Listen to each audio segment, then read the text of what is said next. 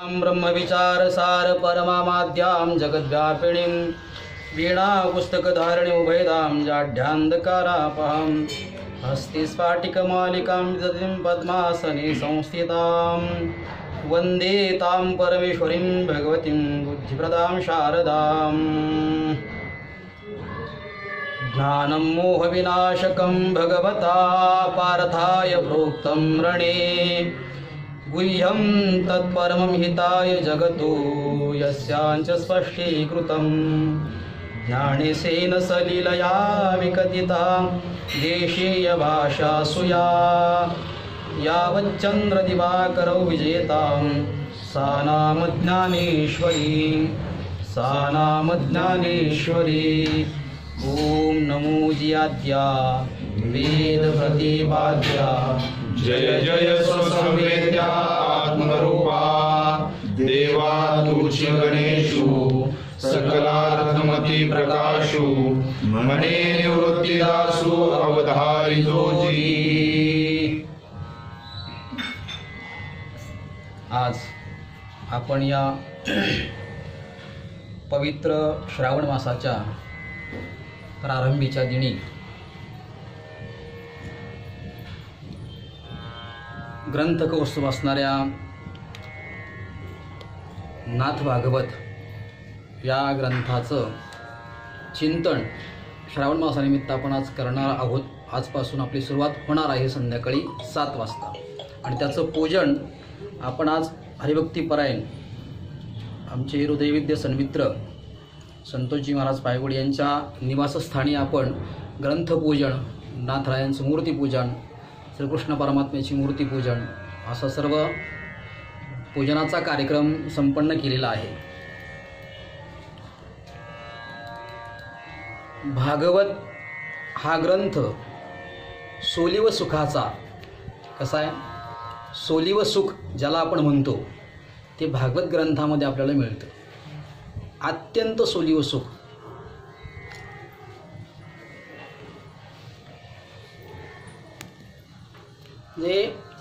ते सोली व सुख निर्विकारता, दृढमात्रता,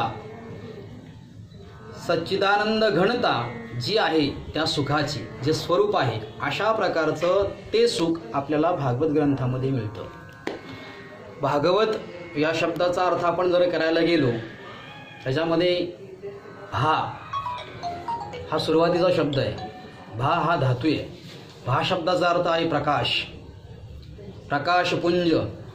भा शब्दाचा अर्थ अजून आहे आपल्याला कांती, सौंदर्य आणि अतिशय निर्विकारता, दृढमात्रता, स्पष्ट स्वच्छ उजाल असा, शुद्धता असा अनंत अर्थ भा शब्दाचे आपल्याला करता येतील। असा भागवत ग्रंथ, त्याच्यामध्ये परत अजून संधी विग्रह वगैरे करायचे म्हटले तर भाग शब्दसुद्धा आपल्याला भाग म्हणजे खंड, म्हणजे 18 पुराणातील भागवत महापुराण हा एक खंड असं जरी आपण केलं, एक भाग हिस्सा पुराणांच्यापैकी श्रीमद भागवत जे आहे, भागवत हा एक हिस्सा असाही आपण भाग शब्दाचा अर्थ करू शकतो। आणि भागवत असं जर आपण म्हटलं तर भागवत म्हणजे भगवत भक्ती करणारा, कृष्ण संबंधाने भक्ती करणारा किंवा कृष्ण भगवान परमात्म्याचं भजन करणारा किंवा विष्णू भगवान परमात्म्याच्या भजनाच्या संबंधी वर्तन करणारा तो भागवत असाही अर्थ आपण करू शकतो। भाभाती शब्दाचा अर्थ आहे प्रकाशने, म्हणजे जो ग्रंथ आपल्याला ज्ञानाचा प्रकाश प्रदान करतो आणि आपल्या जीवनामध्ये संपूर्ण प्रकाशमयता करून ठेवतो किंवा संपूर्ण जीवनच प्रकाशित करून टाकतो असा तो भागवत ग्रंथ। आणि त्या भागवत ग्रंथाचं आज आपण चिंतनाला सुरुवात केलेली आहे। खरं तर भागवताच्या बाबतीमध्ये बोलताना असं बोलायला काही हरकत नाही। मगाशी महाराज, पूजनीय महाराज बोलून गेले की भागवत हा ग्रंथ ज्ञानेश्वरीमध्ये जे काही उणा असेल ती ज्ञानेश्वरीची जी उणीव ही भागवत ग्रंथाने भरून काढली। जशी गीतेची उणीव ज्ञानेश्वरीने भरून काढली, वेदाची उणीव गीतेने भरून काढली, तशी ज्ञानेश्वरीतली उणीव भागवताने का वेदू संपन्नू होय ठाई परी कृपण व्हायचा अणू नाही, तो काणी लागला तीही वर्णाच्याची। भरपूर प्रचंड आघातता आहे वेदामध्ये, पण तो कृपण आहे। मग त्या वेदातलं सोली व सुख अत्यंत चांगलं जे आहे ते गीतेने सारभूत बाजूला काढलं आणि ते गीतेने त्यातली उणीव बाजूला काढून तिथपर्यंत पोहोचवलं लोकांच्यापर्यंत. पण तरीही सुद्धा ते अगम्य राहिलं. मग त्यातली उणीव गीतेतली ही ज्ञानेश्वरीने भरून काढली. तरीसुद्धा काही बाबतीमध्ये अगम्यता जाणवायला लागली. म्हणून नाथरायांनी भागवत नावाचा ग्रंथ तयार केला. याचा अर्थ असा नव्हे की भागवत ज्ञानेश्वरीची उणीव भागवताने भरून काढली म्हणजे ज्ञानेश्वरी जे वाचनकर्ते आहेत, पठणकर्ते आहेत, चिंतनकर्ते आहेत त्यांनी नाराज व्हायचं असा त्याचा अर्थ नाही, किंवा ज्ञानेश्वरीची कमतरता आहेत किंवा ज्ञानेश्वरीची श्रेष्ठता कमी करून भागवताची उंची वाढवतायत असा त्याचा अर्थ नाही, किंवा गीतेची उणीव ज्ञानेश्वरीने भरून काढली म्हणून गीतेची थोरवी कमी होईल, वेदाची थोरवी कमी होईल गीतेमुळे असा त्याचा अर्थ नाही आहे. पण उणेपणा जो ज्ञानेश्वरीतला आहे, सुसव्यता जी आहे ती सुसव्यता ज्ञानेश्वरीच्या बाबतीमध्ये आहे. तद्वत मनोनी वेदू सुसव्यता प्रमाणे बरं का, मनोनी वेदू सुसव्यता ते हे मूर्तिमंत गीता. वेदाची सुसव्यता जर आपल्याला करायची असेल तर ती काय आहे? मूर्तिमंत गीताच आहे.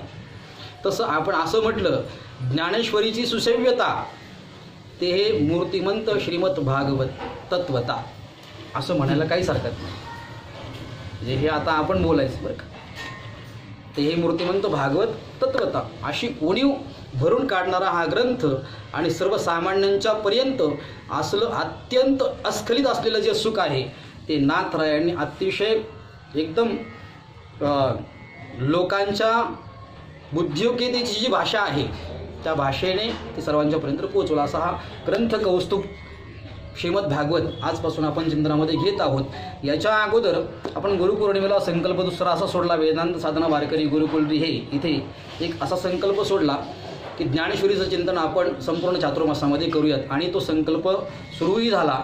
आत्ता मला वाटतं आजपर्यंत काहीतरी एक 7-8-10 पाठ झाले असतील, 11 पाठ झालेत. 11 पाठापर्यंत म्हणजे आपण गणपती स्तवन, गणपती वंदन, सरस्वती स्तवन, सरस्वती वंदन ज्ञानोबारायांनी केलेलं आणि गुरुस्तवन हे संपूर्ण संपवून पुढे आपण आता महाभारताची कथा पाहत आहोत. त्याचं ज्ञानेश्वरीचे चिंतन थोडंसं या ठिकाणी व्हावं हा एक हेतू मनामध्ये सर्व जाणत्या श्रोत्यांच्या मनात आला आणि तो सर्वांनी एकत्रित बसून या ठिकाणी आपण पूर्ण करत आहोत. कदाचित भविष्यामध्ये या सर्वांचा संकल्प असाही असू शकतो किंवा असू शकतो म्हणण्यापेक्षा आहेच आहे की कार्तिक वारीच्या पौर्णिमेला किंवा कार्तिक वारीच्या काल्याला त्या पौर्णिमेच्या दिवशी असाही संकल्प आपण करूयात.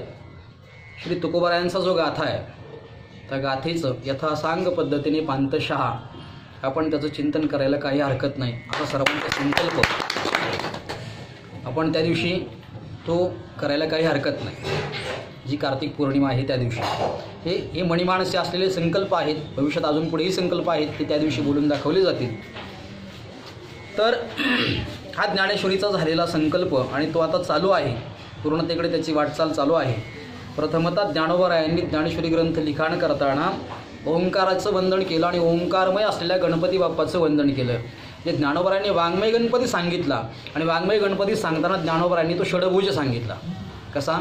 चतुर्भुज आपण आत्ता पाहत आहोत मूर्ती, पण षडभुज गणपती आपण आत्तापर्यंत पाहिलाही नाही, ऐकला नाही. ऐकला असेल कोणी, पण षडभुज गणपती सहसा पाहायला मिळत नाही. मी एका कलाकाराला षडभुज गणपतीची ऑर्डर दिली होती की षडभुज गणपतीची मूर्ती बनव, पण त्याच्याकडनं 2 महिन्यानंतर उत्तर आलं की षडभुज गणपती सध्या बनत नाही. हा गणपती कुठल्या युगातला आहे तर हा गणपती आहे त्रेतायुगातला, द्वापार युगातला षडभुज गणपती. कृतयुगामध्ये अष्टभुज गणपती होता, कृतयुगात अष्टभुज गणपती, त्रेतामध्ये षडभुज गणपती. हा षडभुज गणपती ज्ञानोबारायांनी वाङ्मय रूपाने या ठिकाणी साकारलेला आहे. आणि साकारताना ज्ञानोबाराय म्हणतात ओम नमोजी आद्या. आद्या जगतकारणाचं, जगतकारण जे आहे, या जगाचं आदिकारण जे आहे त्याला नमस्कार, नमोजी आदरार्थक बोलतात, आदरवाचक ज्ञानोबाराय बोलतात ओम नमोजी. आता ओम हा मंगलवाचक आहे, सर्वांना ज्ञात आहे, त्याचं सविस्तर चिंतन आपण करत बसणार नाही. पण हा ओंकार स्वरूप असणारा जो जगताचं आदिकारण आहे, आद्य कारण असणाऱ्या हे भगवान परमात्मा, वेदाचा करता म्हणा, वेदैक गम्य अशा असणाऱ्या देवा तुला नमस्कार असो. हे निर्गुण ब्रह्मा, काय हे निर्गुण ब्रह्मा. आता आद्या या पदाने ज्ञानोबरायांनी तटस्थ लक्षण सांगितलंय. कसं तटस्थ लक्षण आद्या या पदाने ते तटस्थ लक्षण. आता तटस्थ लक्षणाची लक्षणा करायचं म्हटलं तर कदाचिकत्वे सती तटस्थत्वम.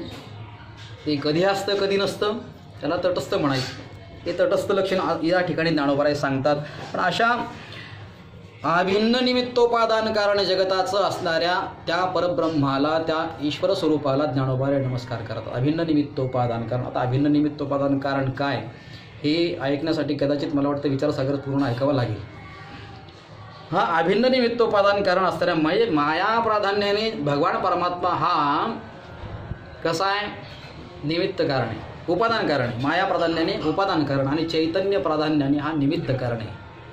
भगवान परमात्मा चैतन्य प्राधान्याने निमित्त कारण आणि माया प्राधान्याने उपादान कारण असा हा अभिन्न निमित्तोपादान कारण जगाचं अधिकार निर्गुण ब्रह्म.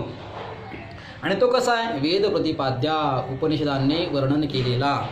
काय लक्षणा केली भगवान परमात्म्याची. ज्ञानोबराय कधीही बोलताना शास्त्र संवादीच बोलतात. किंबहुना शास्त्राला ज्याच्यामुळे संवाद प्राप्त होते असे संवाद करणारे ज्ञानोबराय. शास्त्रालाही संवादित्व देणारे किंवा वेद प्रतिपाद्य म्हणण्यामध्ये शास्त्र संवादी म्हणण्यामध्ये ज्ञानोबरायांनी प्रमाण दिलं. म्हणजे काय केलं वेद प्रतिपाद्य अद्ययापदाने लक्षण केलं. गंमत अशी लक्षण प्रमाणाभ्याम वस्तुसिद्धी असं सांगतात. किंतु नाही प्रतिज्ञा मात्रेने वस्तुसिद्धी किंतु लक्षण प्रमाणाभ्याम वस्तुसिद्धी. केवळ प्रतिज्ञा करून वस्तूची सिद्धी होत नाही तर लक्षण प्रमाण त्याची सांगितली पाहिजे. मग प्रमाण काय तर वेद प्रतिपाद्या. काय वेद प्रतिपाद्या हा वेदाने प्रतिपादन केलेला उपनिषदांनी वर्णन केलेला हा भगवान परमात्मा कसा आहे तो. आता याच्यामध्ये जन्माद्यस्यतः शास्त्रयोनित्वात तत्वसमन्वयात अशी जी ब्रह्मसूत्राची 4 सूत्र आहे ती संपूर्ण 4 सूत्राचं चिंतन या ओळीमध्ये करता येतं की मोहना ती ज्ञानोबरायांनी या ठिकाणी सांगितलेली आहेत. मग तो वेद प्रतिपादित असा तो कसा आहे जय जय स्वसंवेद्या. आता इथं अर्थ करताना बरीचशी मंडळी जय जय स्वसंवेद्या करताना तो स्वतःला जाणतो स्वसंवेद्या. पण करताना आपण असं केलं तर काही बिघडत नाही. सुअसंवेद्या असा पदच्छेद करून केलं तर काही बिघडत नाही. मग असा काही बिघडत नाही म्हणण्यापेक्षा ते तसंच आहे. हा सुअसंवेद्या असलेल्या जय जय वेद प्रतिपाद्या जय जय आद्या जय जय ओम नमो जय जय आत्मरूपा जय जय जय जयकार असो. आत्मरूप असलेल्या भगवान गणेशा जय जयकार असो. ओंकार असलेला ओंकारमय असलेल्या भगवान परमात्म्या जय जय असो. वेद प्रतिपाद्य असलेल्या भगवान परमात्म्या जय जय असो. आणि सुअसंवेद्या जय जय तुझा जय जयकार असो. असा जय जयकार ज्ञानोबरायांनी केलेला आहे. ज्ञानोबराय जय जयकार करतात. जय जयकार करताना निर्गुणाचाही करता येतो आणि सगुणाचाही करता येतो. ज्ञानोबराय निर्गुणाचा जय जयकार करतात. आता निर्विकारातेचा जय जयकार करणं फार अवघड गोष्ट आहे ना. जी वस्तू दिसत नाही तिचा जय जयकार करायचा किती अवघड गोष्ट आहे. दिसणाऱ्या सावयव पदार्थाचा आपण जय जयकार करू शकतो पण निरवयव पदार्थाचा जय जयकार कसा करायचा काय म्हणून करायचा कसा करायचा. ज्ञानोबराय इथं त्या भगवान परमात्मा जो निरवयव आहे जो निरंजनामधला आहे जो निरंजन स्थितीमध्ये आहे अशा निरंजन स्थितीतल्या त्या भगवान परमात्म्याचं ज्ञानोबराय काय करतात जय जयकार करतात. जय जय स्वसंवेद्या आत्मरूपा जाणण्यास अयोग्य. सुसंवेद्या शब्दाचा अर्थ मी सांगितला. जाणण्यास अयोग्य जाणण्यास कसा कोण्याही प्रमाणा हो निधी हो माये. काय प्रमेय परिच्छेदे प्रमाणत्व नांदे ते स्वतःसिद्धे काय वस्तूच्या ठाई अमृतानुभव. ते स्वतःसिद्धे काय वस्तूच्या ठाई तो कोणत्याच प्रमाणाला विषय होत नाही. म्हणजे आश्रय विषय रहित असा तो भगवान परमात्मा आहे. त्या भगवान परमात्म्याला सुअसंवेद्या त्याचा जय जयकार असो. ज्ञानोबराय त्याचा जय जयकार करतात. आता ओम म्हणण्यामध्ये ओंकाराची आकार उकार मकार असं भरपूर चिंतन करता येईल. आकार उकार मकार मात्रा ज्या आहेत अर्धमात्रा हे सगळं चिंतन त्याच्यामध्ये सांगितलेलं आहे. आता आपण पुढे जाऊयात. ज्ञानोबराय वाङ्मयरूप गणपती साखरताना म्हणतात देवा तुची गणेशू. काय हे देवा तूच गणेशू सकलार्थ मती प्रकाशू म्हणे निवृत्ती दासू अवधारी जोजी. विघ्नहर्ता गणपती भगवान परमात्म्या तूच आहेस आणि सकलार्थ मती प्रकाशू म्हणजे सगळे अर्थ सर्व पदार्थ ज्ञेय पदार्थ या सगळ्यांना प्रकाशित करणारा कोण आहेस तूच आहेस. सकलार्थ मती प्रकाशू शब्दाचा अर्थ सगळी मती सगळी बुद्धी सर्वांच्या ठिकाणी. आता मती बुद्धी याच्यामध्ये फरक आहे. मती वेगळी आणि बुद्धी वेगळी. मती कशाला म्हणायचं आणि बुद्धी कशाला म्हणायचं. बुद्धीच तो तात्कालिक नाही. हा बुद्धी काय करते दिसणाऱ्या पदार्थाचं ज्ञान करून घेते किंवा दिसणाऱ्या पदार्थाला प्रकाशित करते. मतीर तू आगामी गोचरा मतीर आगामी गोचरा. मती काय करत मती म्हणजे जी आगामी गोचरता जिच्या ठिकाणी असते तिला मती म्हणतात. आपण बऱ्याच वेळेला बुद्धी आणि मती शब्दाचा अर्थ एकच करतो पण आगामी गोचरता जिच्यामध्ये आहे म्हणजे भविष्यातलं पाहण्याची योग्यता जिच्यामध्ये आहे तिला मती म्हणतात. आणि बुद्धी मात्र समोरचं जे दिसतं त्याचंच ज्ञान करून घेते. मग अशा बुद्धिस्थ आणि मतिस्थ असलेले जे पदार्थ आता बुद्धिस्थही पदार्थ आहेत का आणि मतिस्थही पदार्थ स्वतंत्र चिंतनाचा अजून विषय खूप मोठा आहे की बुद्धीमध्ये काय पदार्थ आहेत मतीमध्ये काय पदार्थ आहेत. मग कवी लोक कसे तयार होतात. कवी जे मतीच्या ठिकाणी आगामी गोचरता जी असते ती आगामी गोचरता ही अत्यंत महत्त्वाची असते. ज्याच्या ठिकाणी ती आहे आगामी गोचरता किंवा ज्याच्या मतीमध्ये आहे तो खऱ्या अर्थाने कवी. त्याला कवी म्हणावं. केवळ बुद्धीच्या कसोटीवरती कवित्व करणं फार अवघड गोष्ट आहे. मग अशा सगळ्या मतीला सगळ्या अर्थाला सगळ्या बुद्धीला प्रकाशित करणारा किंवा प्रकाशन करणारा असा सकलार्थ मती प्रकाशू असा हे भगवान परमात्म्या तूच काय आहेस गणेश. म्हणे निवृत्तीदासू अवधारी जोजी.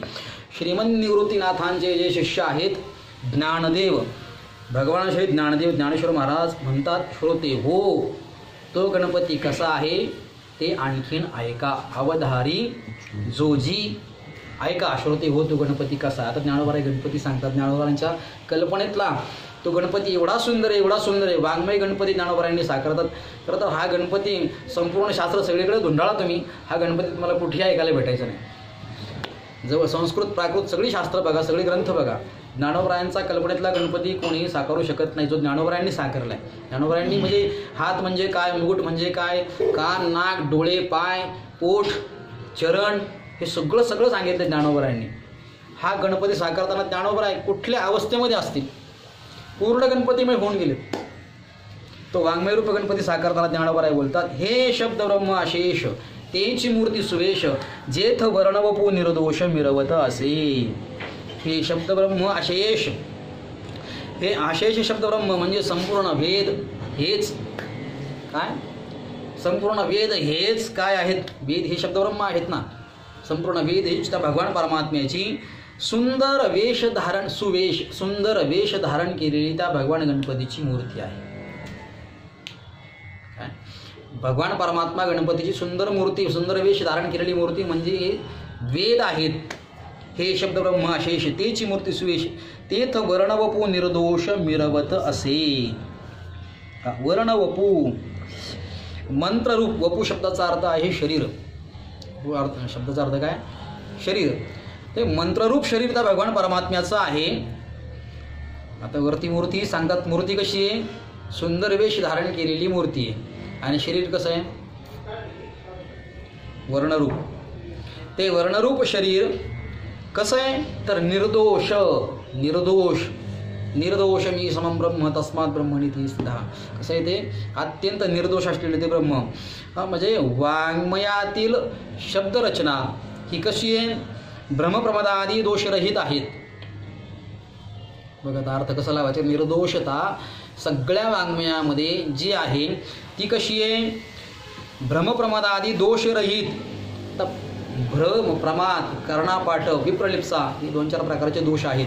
बऱ्याच वाङ्मयांच्यामध्ये असे सापडतील पण हे वाङ्मय वेद वाङ्मय आहे असं आहे की त्याच्यामध्ये भ्रम प्रमाद विप्रलिप्सा कर्णापाठव हे इत्यादी दोष त्याच्यामध्ये नाहीत. मग कर्मकांडात सांगितलेलं जे प्रमेयाचं कर्तव्य विशेषाचं ज्ञानकांडात सांगितलेले ब्रह्माचं स्मरण करून देणारं हे मंत्र वर्ण मंत्र भागरूप हेच त्या भगवान परमात्मा गणेशाचं काय आहे? शरीर. हा गणपती ऐकताना फार जड जातो बरं का ज्ञानोबरायांचा. कधी कधी ज्ञानोबरायांचा गणपती मनात बसवायचा, ठसवायचा आणि तो आकलन करून बुद्धीमध्ये जसाच्या तसा निश्चयात्मकपणे बसवायचा. हा गणपती तसा फार अवघड आहे आणि सोपा पण आहे बरं का. सोपा पण आहे. मग हा निर्दोष असलेलं ते त्या भगवान परमात्म्याचं शरीर, असं निर्दोष शरीर. आणि ते कसं आहे? सुवेश, चांगला वेश केलेली भगवान परमात्म्याची ते शब्द ब्रह्म म्हणजे हेच कोणी त्या भगवान परमात्म्याची मूर्ती आहे. मिरवत असे अत्यंत चांगलं शोभतंय. कसं? अत्यंत चांगलं ठोकतंय भगवान गणेशाचं ते शरीर अतिशय सुंदर शोभतंय. स्मृती त्याची अवयव देखा अंगिक भाव तेथ लावण्याची ठेव अर्थ शोभा. मी पटापट चालूया. स्मृती, आता स्मृती या शब्दाचा अर्थ तर्कसंग्रह सांगताना सांगितलेला आहे. स्मृती संस्कार मात्रजन्यम ज्ञानम स्मृती.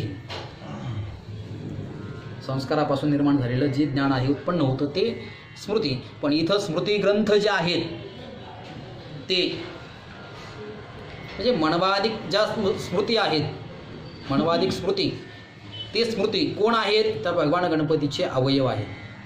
त्या गणेशाचे देखा अंगिक भाव ध्येय संबंधाने असणारे जे अवयव आहेत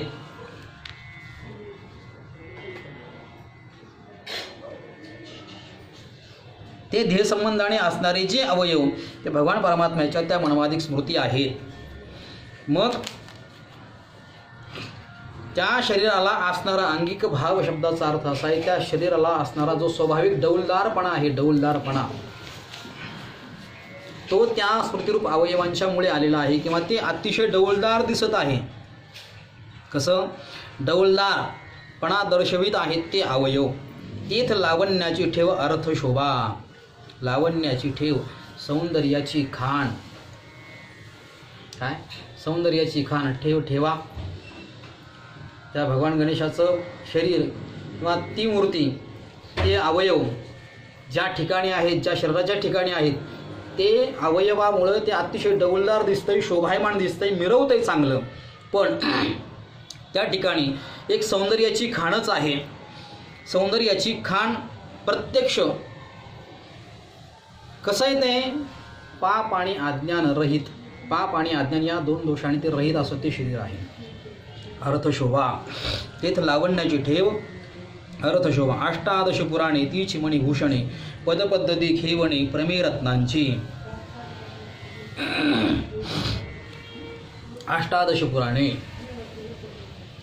आज आपण भागवत, श्रीमद भागवत महापुराण त्याच्या 11व्या स्कंदावरती जी नाथरायांनी टीका केली त्या श्रीनाथ भागवताचं आपण चिंतन करतोय, आहे की नाही?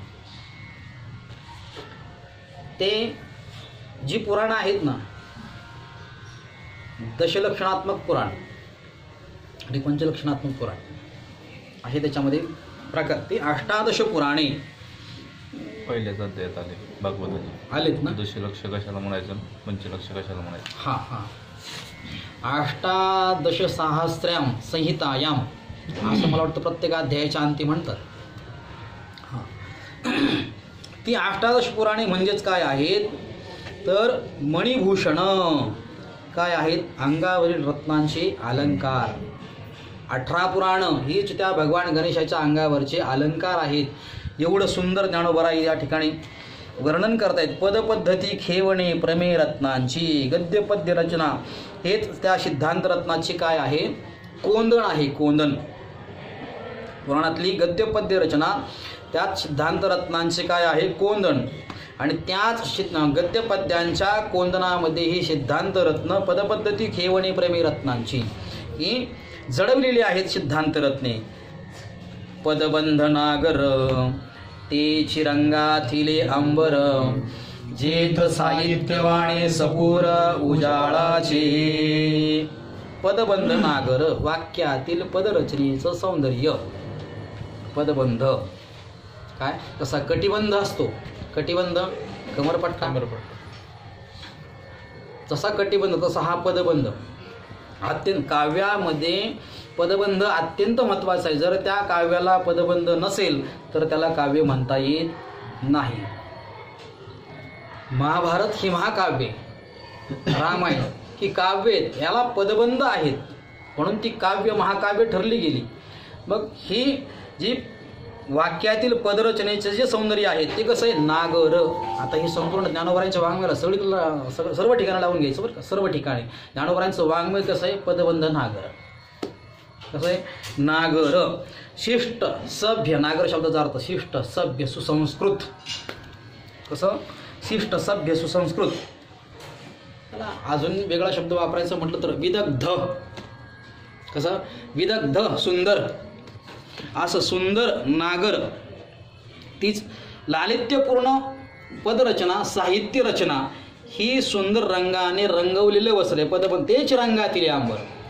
काय लालित्यपूर्ण साहित्य रचना हेच सुंदर रंगाने रंगवलेलं वस्त्र आहे असून ते साहित्यशास्त्रातले वाणे म्हणजे शब्द अलंकार अर्थालंकार जे आहेत जे साहित्य वाणे सपूर हे जे प्रकार आहेत ना अर्थालंकार शब्दालंकाराची बरेचसे प्रकार आहेत. मला वाटतं जवळपास आपल्या चिंतनामध्ये गेले 67 का 66 असे काहीतरी शब्दालंकाराचे प्रकार आहेत. 67 शब्दालंकाराचे ते प्रकार आहेत. आणि हे प्रकार त्या वस्त्रातील चकचकीत दिसणाऱ्या वस्त्रातील जरीचे तलम तंतू आहेत. किती सूक्ष्म रीतीने त्या वस्त्राचं सुद्धा वर्णन केले. त्यामुळे रंगवलेलं वस्त्र म्हणजे काय आहे लालित्यपूर्ण साहित्य रचना. वाक्यातील पदाचे जे पदरचनेचे जे सौंदर्य आहे म्हणजे लालित्यपूर्ण जी साहित्य रचना आहे ती लालित्यपूर्ण साहित्य रचना ती अतिशय रंगवलेलं वस्त्र आणि त्या वस्त्रामध्ये चकाकणारं जरीचे जे तलम तंतू आहेत ना ते कोण आहेत तर हे शब्द अलंकार अर्थात जे साहित्यवाणी सपूर उजाळाचे चकचकीत दिसणारे असे ते आहेत. आता देखा काव्य नाटका जे निर्धारिता सकौतुका त्याची ऋणधुणते क्षुद्र घंटिका अर्थध्वनी. आता बघा देखा काव्य नाटका. काव्य नाटक जे निर्धारित असं कौतुका म्हणजे व्यास वाल्मिकी भरतमुनी कृत जी महाकाव्य आहेत नाटकं आहेत यांचा सकौतुका कौतुकाने विचार केलं तर काय कौतुकाने विचार केला तर त्याची ऋणध्वनी क्षुद्र घंटिका अर्थध्वनी. सिद्धांत सांगणारे जे आविष्कृत झालेले काव्य नाटकातील जे शब्द आहेत ना ते शब्दच म्हणजे काय आहेत वैशिष्ट्य सांगणारे ते शब्द. सिद्धांताचं वैशिष्ट्य सांगणारे ते शब्द. क्षुद्र घंटिका म्हणजे त्या भगवान परमात्म्याच्या पायातील ऋणझुण करणाऱ्या त्या घागऱ्या आहेत.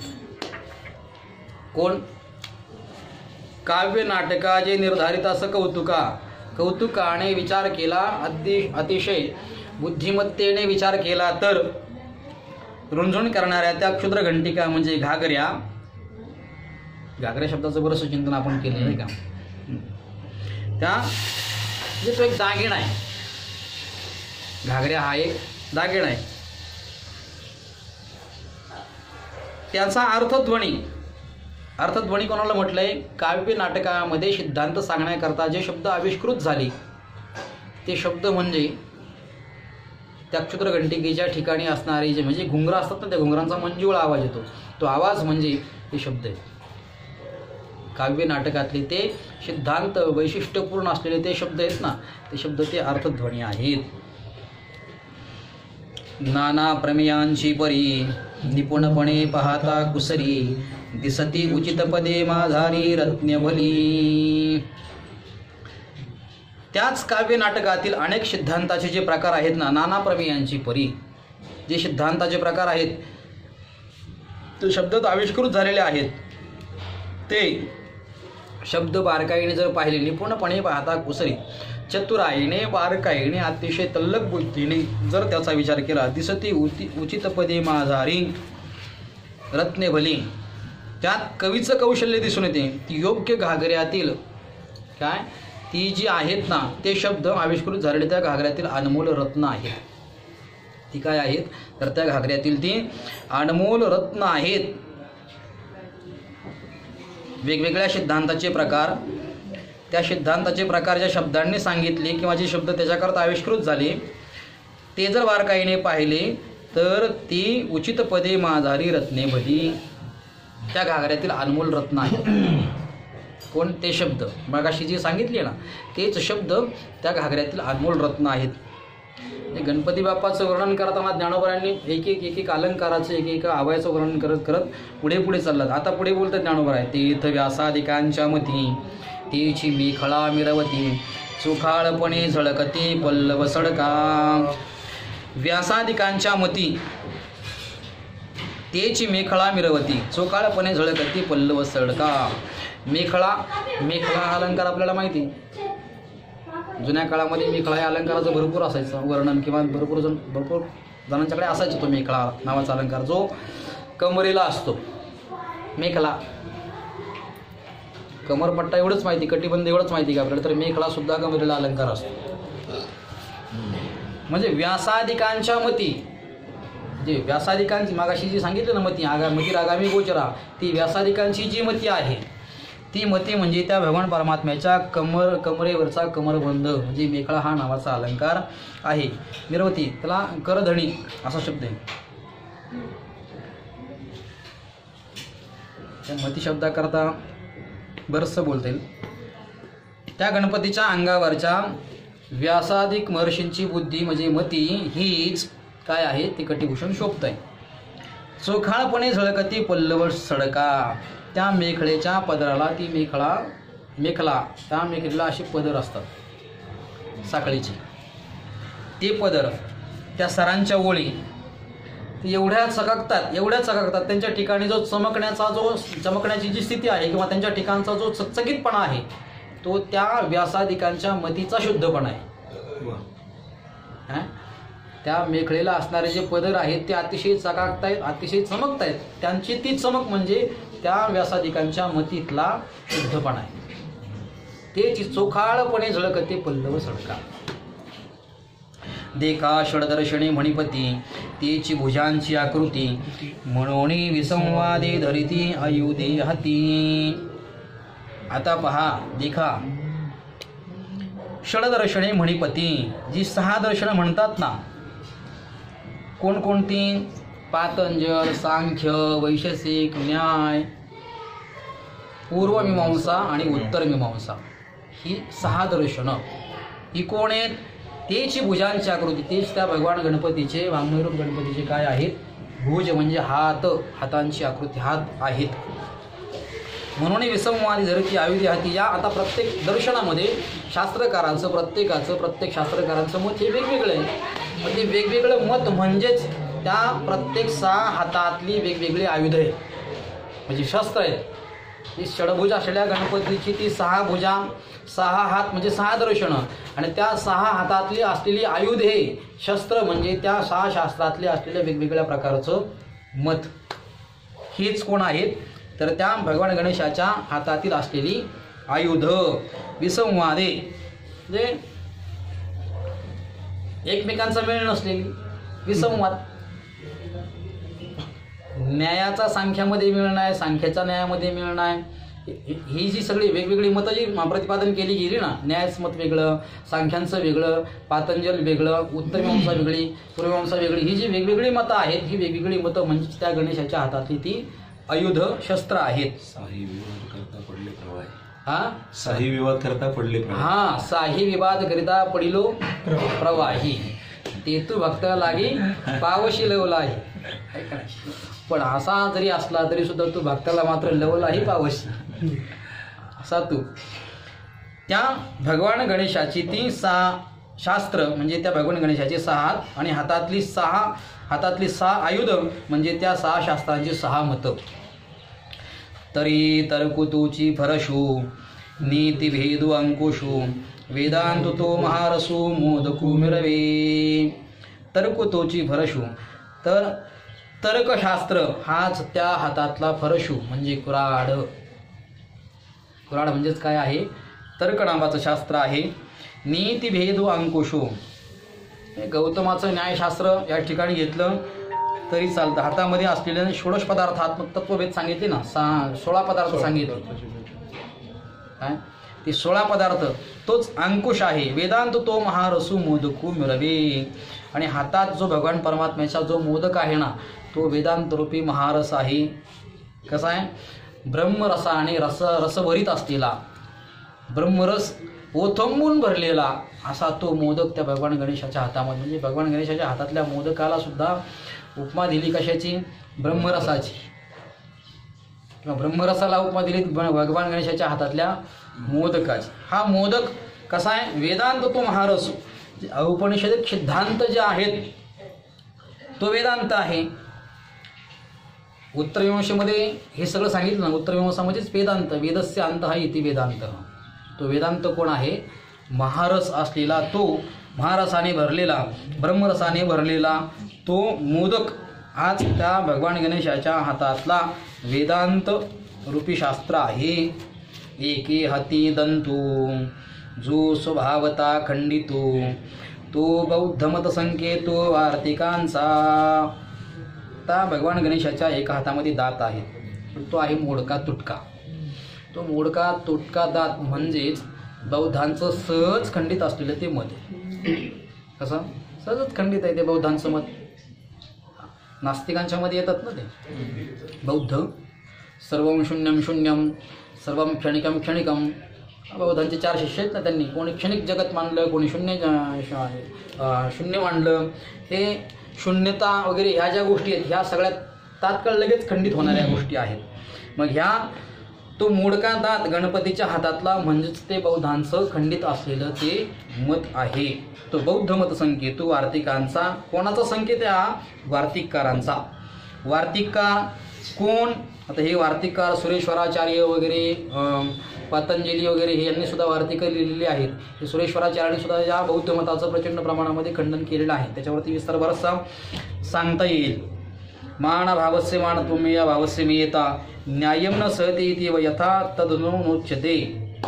कारण मान अभावस्य मानत्व, मेय अभावस्य मेयता. काय तुम्ही प्रमेयताच नाही, पदार्थच नाही म्हणता. म्हणजे पदार्थाच्या अभावालाच तुम्ही काय म्हणताय? प्रमेयता देताय. म्हणजे अभावाला आहे म्हणताय तुम्ही. सगळा अभाव आहे म्हणता आणि तो अभाव आहे म्हणताय. नाही म्हणायचं, नाही आहे म्हणायचं. काय नाही म्हणायचं? नाही आहे म्हणजे नसणेपणा आहे असं म्हणायचं. हे खंडितच आहे ना. हे सगळं मत खंडित आहे. मग हा वार्तिकांचा संकेत तो भगवान गणेशाच्या हातातला तुटका दात म्हणजे हा वार्तिककारांचा संकेत आहे की ते बौद्ध मत खंडित आहे. ते बौद्ध मत खंडित आहे. मग सहज सत्कार वादू तो पद्म करू वरदू धर्म प्रतिष्ठा तो सिद्धू अभय हस्तू. आता शून्यवादाचं खंडन झाल्यानंतर सत्कारवाद पतंजली प्रणित सईश्वर सांख्य. सांख्यामध्ये 2 प्रकार, एक निरीश्वर सांख्य, सईश्वर सांख्य. ईश्वराला मानणारी सांख्य आणि ईश्वराला न मानणारी सांख्य. ईश्वराला मानणारी जी सांख्य दर्शनातील निरीश्वर सांख्यवादी कपिल मुनी प्रणित निरीश्वर सांख्य आणि पतंजली प्रणित सईश्वर सांख्य. हा सईश्वर सांख्य म्हणजेच कोण आहे? सत्कारवाद रूपी तो भगवान परमात्मा गणेशाचा हात आहे. पण तो कसा? तो पद्म करू वरदू, कमळ धारण केलेला. गणपतीच्या एका हातामध्ये कमळ आहे ना. कमल धारण केलेला तो पद्म करू वरदू असा तो हस्तू भगवान गणेशाचा आहे. तो सत्कारवाद. धर्मप्रतिष्ठा तो सिद्धू अभय असतो. आणि एक भगवान परमात्म्याचा गणपतीचा असा हात आहे अभय प्रदान करणारा. सुखदुःख ज्या जीवांना असतात त्या जीवांची सगळीच्या सगळी सुखदुःख निरस्त करणारा असा अभय प्रदान करणं. थोडक्यात काय? अभय प्रदान करणारा शब्दाचा अर्थ असा आहे की भीती मुक्त करणारा. कसा? भीती मुक्त करणारा असा अभय हस्त त्या भगवान गणेशाचा तो आहे. देखा विवेकवंतू सुविमळू तोची शुंडा दंडू सरळू जेथ परमानंदू केवळू महासुखाचा. जेथ केवळू परमानंदू महासुखाचा तोची विवेकवंतू सोईमळू शुंडा दंडू देखा. अन्वय आला का लक्षात? ठीक आहे. देखा विवेकवंत सुविमळू, सुविमळू गुणदोष विरहित, गुणदोष विवेचक असं म्हटलं तरी काय हरकत नाही. असा विमल शुद्ध असा तो विवेकवंत, स्वच्छ, सुंदर, सरळ असलेला भगवान गणपतीचा तो सोंडेचा सोट. काय सरळ असलेला तो भगवान गणपतीची ती सोंड म्हणजेच कोण आहे? ती सोंड आहे. विवेकवंत गुणदोष विवेचक असा. गुणदोष विवेचक, नित्य काय अनित्य काय, सत्य काय असत्य काय असा विवेकवंत. एखादा जर सारासार विचार करणार असेल तर आपण काय म्हणतो? हा विवेकवान आहे, हा विवेकी आहे. विवेकवंत म्हणजे नित्यानित्यतेचा विचार करणारा तो कोण आहे? भगवान परमात्म्याची ती सोंड आहे, गणपतीची ती सोंड आहे. आणि त्या गणपतीच्या सोंडेच्या ठिकाणी जेत परमानंदो केवळो महासुखाचा, जेत केवळो महासुखाचा परमानंद. महासुखालाही त्या ठिकाणी परमानंद होतो किंवा परमानंद भेटतो गणपतीच्या सोंडेच्या ठिकाणी. काय आपण गणपती बसवतो, आपला गणपती बसवले, जो बसवतो तो नाही सांगितलेला बरं ऐक नाही. आपला गणपती बसवण्याची पद्धत फार निराळी, तो सांगायलाच नको. म्हणजे भगवान ज्ञानोबारायांना भगवान गणेशाच्या सोंडेमध्ये असं दिसतंय की महासुखाला सुद्धा परमानंद होईल अशी ती भगवान गणेशाची सोंड आहे. ती कशी आहे? सरळ, सुविमल आणि कशी? विवेकवंतू, सरळ, नित्यानित्यतेचा विचार करणारी ती सोंड आहे. तरी संवादू तोची दशनू, जो समता शुभ्रवर्णू, देवो उन्मेष सूक्ष्मेक्षणू विघ्नराजू. तरी संवादू तोची दशनू. काय संवादू शब्दाचा अर्थ बराचसा मोठा आहे.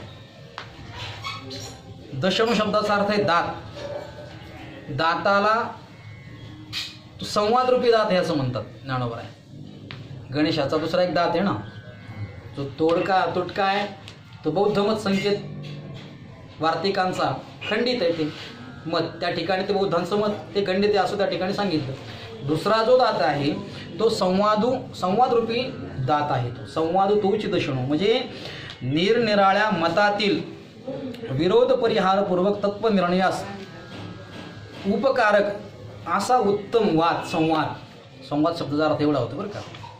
निरनिराळ्या मतातील विरोध परिहारपूर्वक तत्वनिर्णयास उपकारक असा उत्तम वाद तो आहे संवाद. आपला संवाद कधीच नसतो. आपण विनोद केला तरी वादच होतो. काय विनोद केला तरी सुद्धा वादच होतो. असा आपला विसंवाद असतो. असा आपला विसंवाद असतो. असा संवाद रूपी तो दात त्या भगवान गणेशाचा आहे. जो समता शुभ्रवर्णू. कसा आहे तो? समता म्हणजे ज्याच्या ठिकाणी आत्यंतिक निष्पक्षपातीपणा आहे. निष्पक्षपातीपणा, कुठलाही पक्षपात त्याच्या ठिकाणी नाही.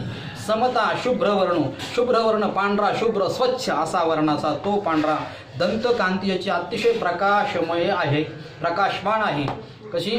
अतिशय प्रकाशित, प्रकाशाचा एक तेजपुंज, प्रकाशपुंजच असावा असा तो दंत आहे. देव उन्मेष सूक्ष्मक्षणू विघ्नराजू असा तो पांढरा दात. स्वयंप्रकाश हेच त्या भगवान गणेशाचे अक्ष म्हणजे डोळे, सूक्ष्म डोळे आहेत. असा तो कोण आहे? विघ्नराज. ज्ञानोबरायांनी विघ्नराज ही विशेषण भगवान गणेशाला वापरलं. विघ्न नाश करणारा राजा, विघ्नराज, विघ्नांचा नाश करणारा राजा असा विघ्नराज तो गणेश आहे. मज अवगमलिया दोन्ही मीमांसा श्रवणस्थानी बोध मदामृतमुनी हरिसेविती. दोन्ही मीमांसा मग श्रवणस्थानी अवगमलिया मुनी अली बोधमदामृत सेविती. काय अतिशय सोपं. जे बोधरूपी अमृत आहे, ज्ञानरूपी मदाचं अमृत आहे, ज्ञानरूपी जो मदामृत आहे ते हे मुनिरूपी भ्रमर किंवा भ्रमररूपी मुनी काय करतात. मुनिरूपी भ्रमर त्या गणपतीच्या गंडस्थळातील ते ज्ञानामृताचं सेवन करतात. अली सेविती सेवन करतात. पण त्याच्या अगोदर ज्ञानावर मज अभगमल या दोन्ही मीमांसा, पूर्व मीमांसा आणि उत्तर मीमांसा ह्या दोन्ही भगवान गणेशाच्या कानाच्या ठिकाणी मला दिसतात. मीमांसा शब्दाचा अर्थ काय. गहन विचार, चिकित्सा, चिकित्सा परीक्षण. त्या मीमांसा चिकित्सक असणाऱ्या त्या दोन्ही मीमांसा भगवान गणेशाच्या कानाच्या ठिकाणी मला दिसतात. अवगमलिया श्रवण मननाचा गुंजराव करणारे हे मुनिरूपी भ्रमर त्या गंडस्थळातील तो बोधमदामृत ज्ञानरूपी मदामृत त्याचं पान हे मुनी सेवन करतात. प्रमेय प्रवाल सुप्रभ द्वैताद्वैत तेची निकुंभ सरिसेपणी एकवट दैभ मस्तकावरी. प्रमेय प्रवाल सुप्रभ, सुप्रभ प्रमेय सिद्धांत. प्रवाल, प्रवाल शब्दाचा अर्थ आहे पोवळं. ते कसं आहे सतेज. सुप्रभ, सुप्रभ शब्दाचा अर्थ सतेज. द्वैताद्वैत तेच निकुंभ. श्रुती स्मृतीमध्ये सांगितलेला द्वैत आणि अद्वैत सिद्धांताचा वेद तात्पर्य विषयभूत स्वयंप्रकाश असा अखंड चेतनामध्ये आहे किंवा त्याचा चेतनामध्ये समन्वय आहे. याचीच ती द्वैताद्वैताचे तेच निकुंभ शब्दाचा अर्थ आहे गंडस्थळ. बरं का. ती गंडस्थळे तुल्य बळे करून एकत्र राहणारी द्वैताद्वैत रूपाची गंडस्थळे द्योतक आहेत. भगवान गणेशाची ती गंडस्थळे जे वेदशास्त्र पुराणातील सिद्धांतरूपी पोवळी ही अलंकाराने तेजस्वी दिसणाऱ्या गणपतीच्या त्या मस्तकावर दोन गंडस्थळं आहेत. कुठली. एक द्वैत रूपी गंडस्थळ आहे, एक अद्वैत रूपी गंडस्थळ आहे. मग ती द्वैत आणि अद्वैत ही जी गंडस्थळं आहेत ही खंडन मंडनाच्या बाबतीमध्ये तुल्यबळ आहेत. काय विषय तसा फार जड आहे बरं का. द्वैत आणि अद्वैत ही जी दोन आहेत ना, ही दोन गंडस्थळं ही खंडन मंडनाच्या बाबतीमध्ये तुल्यबळ आहेत दोन्ही. आणि तीच सारखेपणाने एकत्रितपणाने ती त्या गणपतीच्या मस्तकावरती शोभत आहे आणि ती एकत्रित झालेली आहेत. आता पुढे बघा. उपरी दशोपनिषदी जिये उदारे ज्ञान मकरंदी तिये कुसुमे मुगुटी सुगंधे शोभती भली. अर्थदृष्टीने व्यापक आणि ज्ञानाचा शुद्धमत असलेली दशोपनिषदे. काय ज्ञानाचा शुद्धमत कुठे आहे. उपनिषदामध्ये. असा ज्ञानाचा शुद्धमत असलेली ती दशोपनिषदे ईशावास्यादी उपनिषदे जी उदारे ज्ञान मकरंदे. काय ती कशी आहेत. उदार आहेत. उदार. ती उपनिषद उदार आहेत. ती कुसुमे मुगटी सुगंधी शोभती भली. ती दशोपनिषद रूपी सुगंधी फुले गणपतीच्या मुकुटावर अतिशय सुंदरपणे शोभतात. गणपतीच्या मुकुटावरती काय शोभतंय. ती दशोपनिषद रूपी ती सुगंधित फुलं आहेत ती गणपती बाप्पाच्या मुकुटावरती. उपरी दशोपनिषदी जे उदारे ज्ञान मकरंदे जे ज्ञानदान करण्यामध्ये किंवा देण्यामध्ये अतिशय उदार आहेत. उदारता ज्यांच्या ठिकाणी ढासून भरलेली आहेत अशी ती उदार ज्ञानमकरंद रूपी ती सुगंधित फुलं त्या भगवान गणेशाच्या मुकुटावरती सुंदरपणाने शोभतात. आकार चरण युगुल उकार उदर विशाल मकार महामंडल मस्तकाकारे. आता ओंकार या शब्दब्रह्मातला किंवा ओंकारातला जो आकार ही मात्रा आहे ती आकार ही मात्रा म्हणजे त्या भगवान गणेशाचे चरण. दोन चरण मांडी घालून बसलेले ते दोन चरण म्हणजे आकार मात्रा ओंकाराची. आकार चरण युगुल ओकार उदर विशाल. उकार मात्रा कोण आहे तर त्या गणेशाची पोट, गणेशाचं पोट म्हणजेच ओकार मात्र आहे. मकार महामंडल मस्तकाकारे, आणि मस्तक हेच मकार मात्र आहे. तर भगवान गणेशाचं मस्तक म्हणजे मकार मात्रा, उकार मात्रा म्हणजे गणेशाचं पोट, आणि आकार मात्रा म्हणजे गणेशाचे चरण. हे तिन्ही एक वटले, तेच शब्द ब्रह्म कवळले, ते मिया श्री गुरुकृपा नमिले आदिबीज. आकार, ओकार आणि मकार हे तीन एकत्रित झाले असता जो ओंकार आकाराला येतो, त्या आकारात संपूर्ण वेद समाविष्ट झालेले आहेत संक्षेपाने. आणि जो ओंकार सर्व मंत्राच्या बीजामध्ये किंवा सर्व मंत्राचा जो आदिबीज आहे, असा आदिबीज असलेला, आद्य कारण असलेल्या त्या ओंकार स्वरूप गणपतीला मी नमस्कार करतो. ज्ञानोबरायांनी थेट गणपतीला नमस्कार केला असं नाही, तर गणपती भगवान परमात्म्याच्या प्रत्येक अवयवाचं, प्रत्येक अलंकाराचं सूक्ष्मातिसूक्ष्म वर्णन करून गणपती भगवान परमात्म्याला, वाङ्मयरूप गणपतीला नमस्कार ज्ञानोबरायांनी ते मिया श्री गुरुकृपा नमिले, पण कोणाच्या कृपेने? श्री गुरूंच्या कृपेने. श्री गुरूंच्या कृपेने त्या वाङ्मयरूप गणपतीला मी नमस्कार करतो किंवा नमस्कार केलेला आहे. आता इथपर्यंत गणपती भगवान परमात्मा कसा आहे, वाङ्मयरूप गणपती कसा आहे ते ज्ञानोबरायांनी सांगून त्याला वंदन केलं. आणि आता गणपती वंदनाच्या नंतर ज्ञानोबराय जी वाग्विलास करणारी जी देवता शारदा माता, सरस्वती माता, तिला वंदन करतात. आता अभिनव वाग्विलासिनी, जे चातुर्यार्थ कला कामिनी, ते शारदा विश्वमोहिनी नमिली मिया, नमस्कारिली मिया. म्हणजे अभिनव म्हणजे अपूर्वता जिच्या ठिकाणी आहे अशी ती अभिनव आणि वाणीचा विलास करणारी ती वाणीची अधिष्ठात्री देवता सरस्वती माता, चातुर्यार्थ कला कामिनी. इथे बरंचसं चिंतन करता येईल. चातुर्य, अर्थ, कला यांची स्वामिनी असे चिंतन करता येईल. किंवा चातुर्य, अर्थ, कला कामिनी अशी असणारी ती शारदा माता जी विश्वमोहिनी आहे,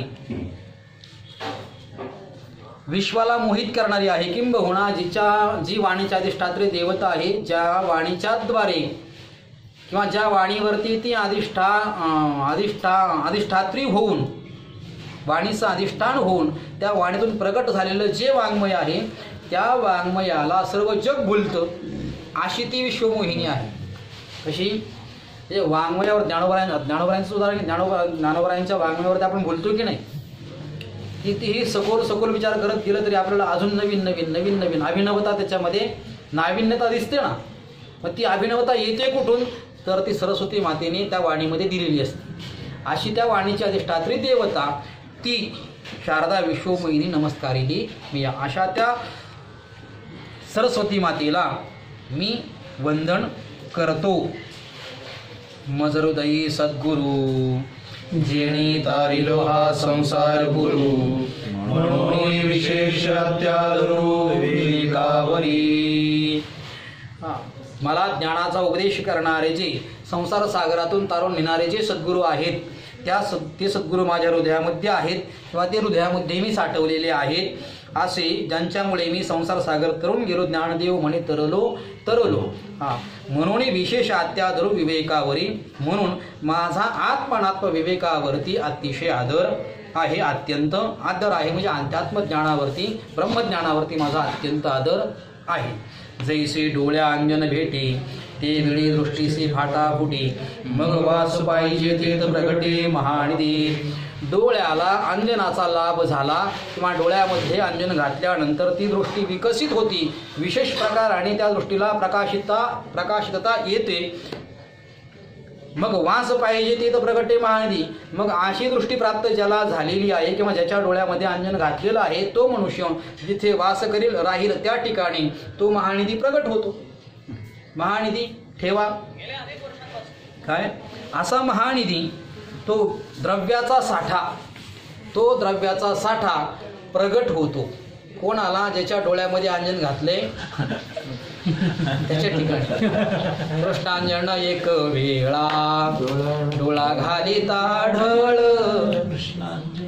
असं कृष्णांजन प्रत्येकाने डोळ्यात घालावं आणि कृष्णांजन ते अंजन डोळ्यामध्ये घालून आपली दृष्टी निर्विकार करून घ्यावी. विकारी करून घे. काल दादाने मला प्रश्न विचारला, तुमचं स्टेटस असं का आहे? म्हटलं स्वच्छता. मी एकदम कोरं स्टेटस ठेवलं होतं, काहीच नाही त्याच्यामध्ये, शब्द नाही, आकृती नाही, काही नाही, असं ठेवलं होतं. म्हटलं हे काय?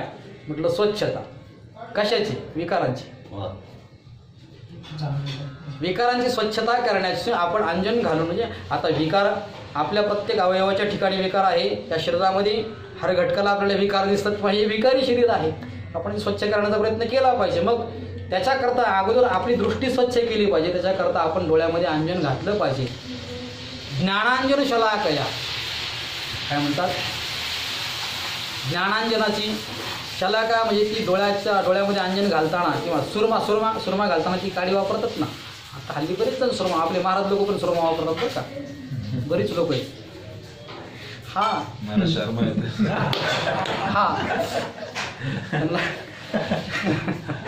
त्याच्यावरती बरंच बोलता येईल पण नको. हे डोळ्यामध्ये अंजन किंवा त्या डोळ्याला अंजनाची भेटी झाली म्हणजे त्या दृष्टीला चांगल्या प्रकारचा फाटा निर्माण होतो किंवा विशेष सामर्थ्य त्या दृष्टीला प्राप्त होतं. त्या दृष्टीला काय होतं? विशेष सामर्थ्य प्राप्त होतं. मग वास पाहिजे ते प्रगटे महानिधी. सद्गुरूचा लाभ झाला असता अज्ञान आवृत्त झालेले जे ब्रह्म आहे ते आत्मत्वाने प्रत्यक्ष होतं. आत्मत्वाने काय? प्रत्यक्ष होतं अज्ञान आवृत्त असलेलं ब्रह्म. का त्याच्याकरता ज्ञानोबराय पुढे आता दृष्टांत देत आहेत. का चिंतामणी झालिया हती सदा विजय वृद्धी मनोरथी तैसा मी पूर्ण काम श्रेणीवृत्ती ज्ञान देव म्हणी. चिंतामणी आपल्या हातात आला म्हणजे प्रयत्न न करता देखील सुद्धा आपले मनोरथ पूर्ण होतात. मनातल्या इच्छा आकांक्षा कामना पूर्ण होतात. प्रत्येकाने चिंतामणी आपल्या हातामध्ये ठेवावा. ज्याला इच्छा पूर्ण करायच्यात ना त्याने चिंतामणी आपल्या जवळ आणून ठेवावा.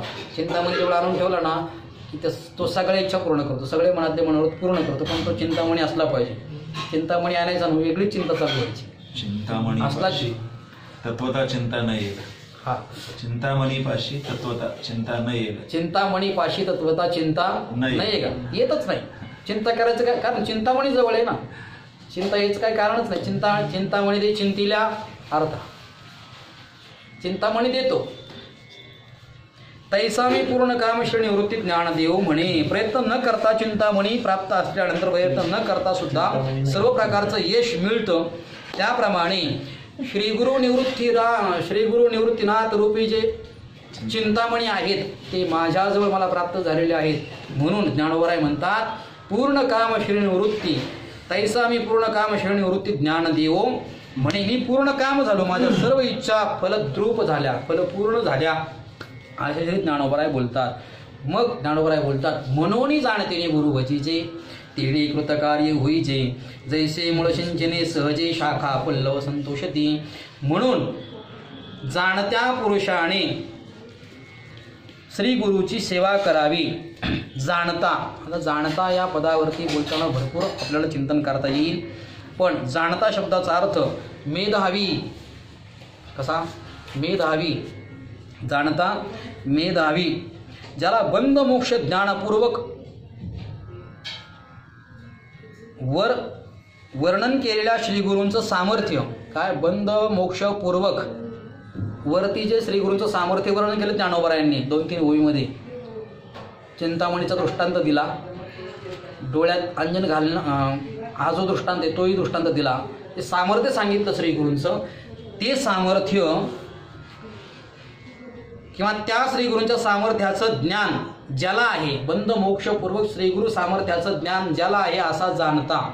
आपण जाणता कोणाला म्हणतो? आपली जाणते या शब्दाची व्याख्या फार वेगळी आहे.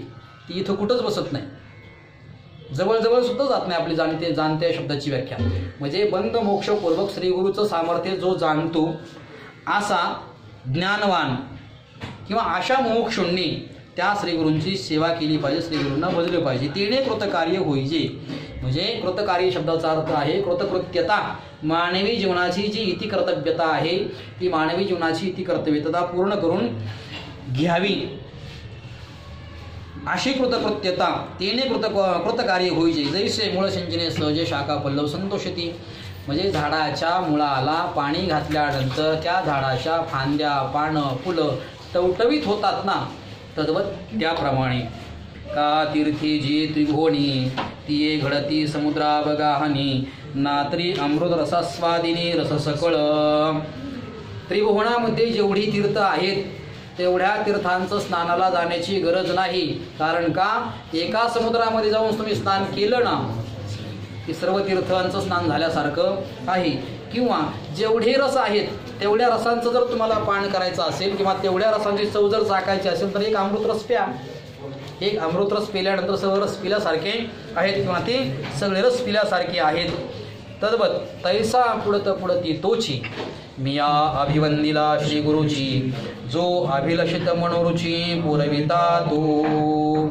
तसंच त्याप्रमाणे जो अपेक्षित पुढती तोची अभिवंदिला श्री गुरुची म्हणजे अपेक्षित विषय जे मनामध्ये आहेत, अपेक्षित असलेले विषय मनातले किंवा मनात असलेली अपेक्षित विषयांची आवड पूर्ण करणारे असे जे श्रीगुरू आहेत त्या श्रीगुरूंना मी वंदन केलं. मग ते वंदन केल्यानंतर काय होतं? श्रीगुरूंना वंदन केल्यानंतर अभिलषित मनोरुची पुरविता तो. मनात असलेल्या सर्वच्या सर्व ज्या रुची आवडी आहेत त्या सर्वच्या सर्व पुरविल्या जातात एका श्रीगुरूला वंदन केल्यानंतर. अगोदरचे दृष्टांत दिले ना, एका समुद्राचं स्नान केलं सर्व तीर्थाचं स्नान झालं, एक अमृत रसपान केलं सर्व रस पिले. तसं एका श्रीगुरूला वंदन केलं तर सर्वच्या सर्व आवडी तुमच्या पूर्ण होत आहेत. अशा त्या श्रीगुरूंना मी तैसा पुढती तोची मी सतत त्या वारंवार त्या श्रीगुरूंना मी काय केलं? वंदन केलं. कुंडलिका वरदे हरी विठ्ठल श्री ज्ञानदेव पंढरीनाथ भगवान की जय. ज्ञानेश्वर महाराज की, जगद्गुरु संत तुकाराम महाराज की जय. शांती ब्रह्म एकनाथ महाराज की जय. सब संतन की जय. ओम पूर्णमदः पूर्णमिदं पूर्णात् पूर्णमुदच्यते पूर्णस्य पूर्णमादाय पूर्णमेवावशिष्यते. ओम शांती शांती.